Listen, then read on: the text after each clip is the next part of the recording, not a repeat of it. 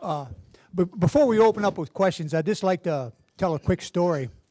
Back in 1957, Jackie and I were freshmen at Bowling Green State University.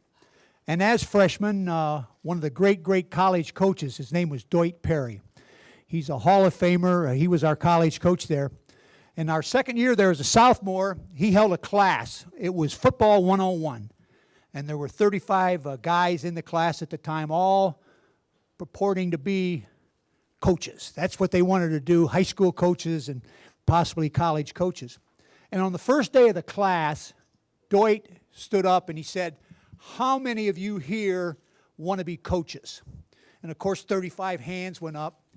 And he said, "Well, to start the class, I'm going to tell you the 3 things that are going to be necessary for you to be a coach. Number 3, you had to have a love and passion for the game of football. Number 2, you needed to outwork the people that you were coaching against." And he said, "The reason I say that, I've been around you for about a year, and there's not many of you here that are going to outsmart anybody. So you better be prepared to outwork them." And he said, number 1 on the list, if you want to be a coach someday, a high school coach or a junior high school coach, number 1, marry wisely. And I guarantee the only real advice that I know that I listened and followed that great coach, Nhat Perry, was that marry wisely part. Jackie Harbaugh, she is the foundation of this Harbaugh family. She's the rock of our family. She's the one that moved us 17 times in a 43-year coaching career.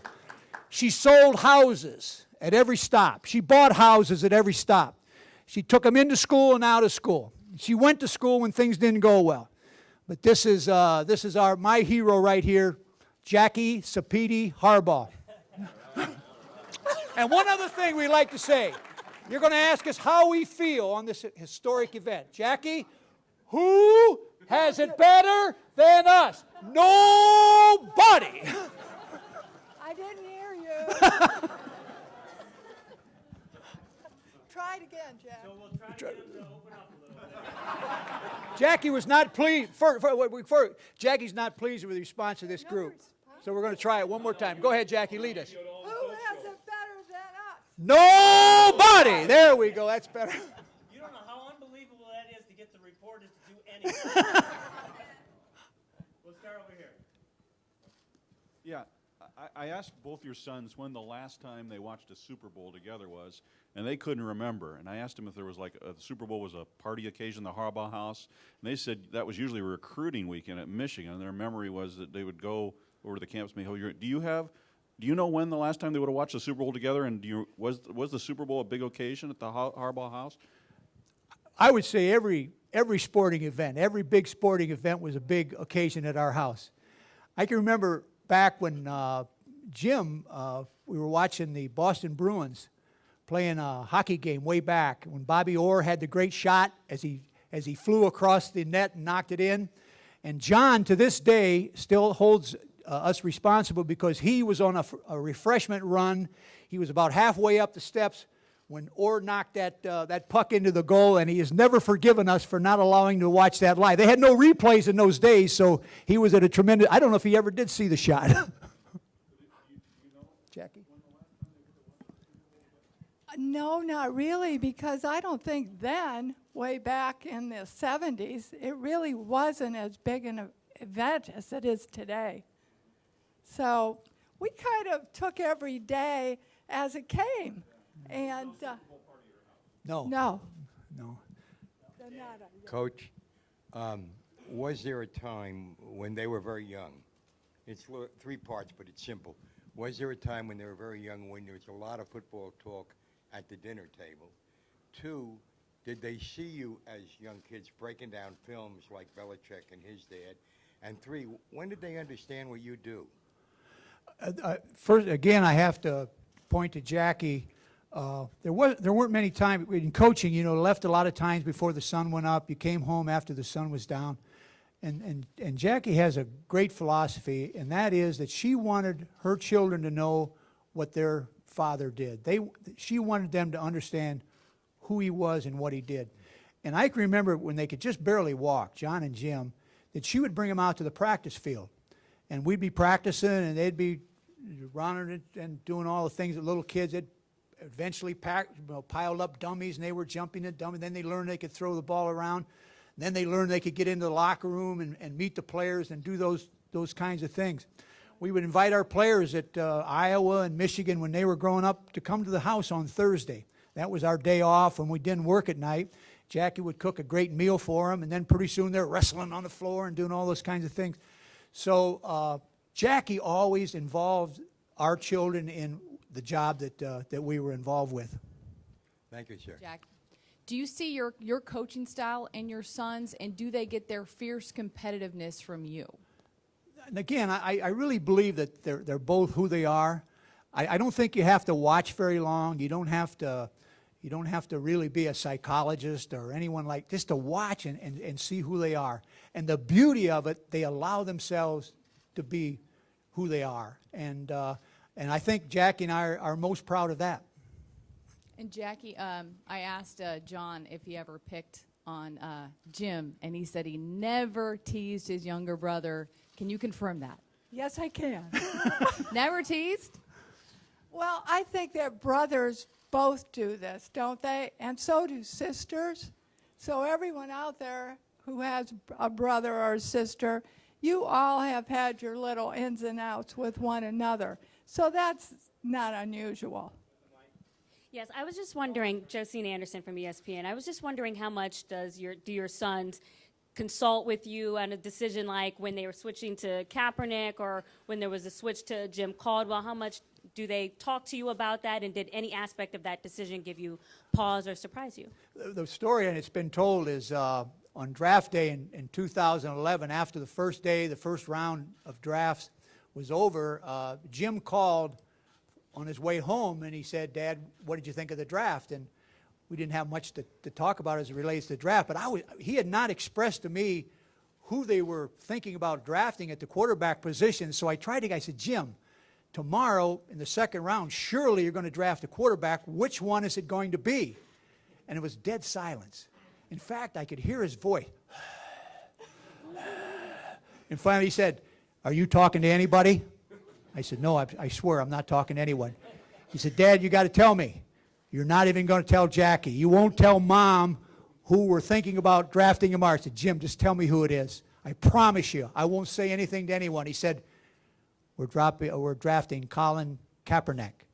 And he said, do I not only think that he's the best quarterback in the draft, I think that he's the best football player in the draft, and we're going with Colin Kaepernick." And I thought to myself, Jim, wise decision. And lastly, just to follow up on that, I wanted to ask you, right now are the two of you, Mr. and Mrs. Harbaugh, are you having the time of your life, and where does this Super Bowl compare to, how do you rank it amongst all of your family experiences, whether it be weddings, grandchildren? How does this particular experience rank amongst all the Harbaugh moments in your family? Well, I would honestly have to say that the birth of our own children and then the birth of our grandchildren are the most important to me.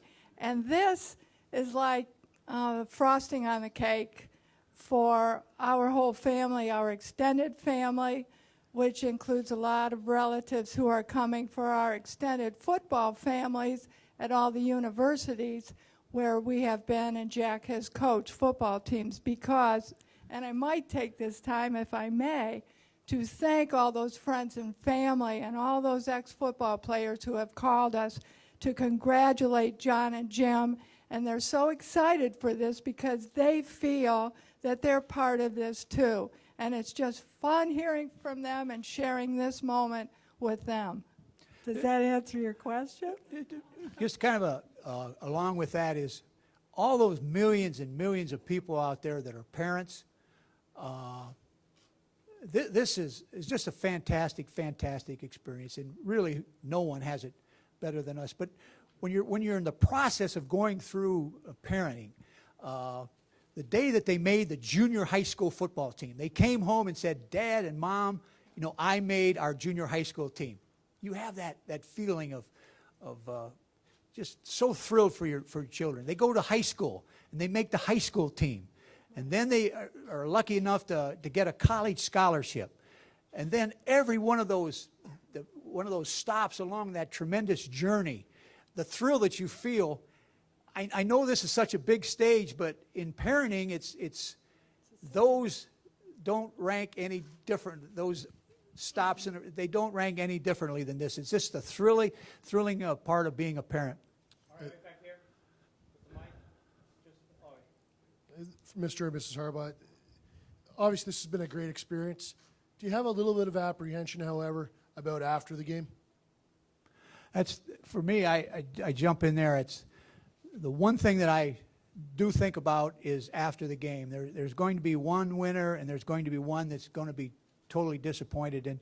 And my thoughts go to that one that will not experience the thrill of victory, and that's where our thoughts will be. And we had a little bit of a dry run on this last year in Thanksgiving, and we watched the game, and I know this has been reported before. We watched the game in an office in the stadium, in Ravens Stadium, and they were so kind to give us that privacy. And during the 3 hours and 15 minutes, I want you to know this lady was comatose. I mean, there was no expression. Her face was totally lifeless, and her eyes were glazed over watching the game. And then the game was over. You just dropped your head.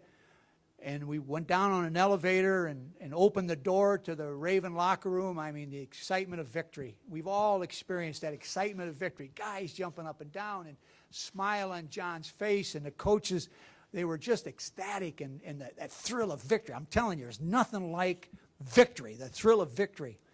And then you realize you weren't needed here. I mean, they had so much going on for them. So you walked across the hall, and you went into the 49ers locker room, and you walked, and you saw the players, walking about, and that look in their eyes, of that look of not being successful and coming up short.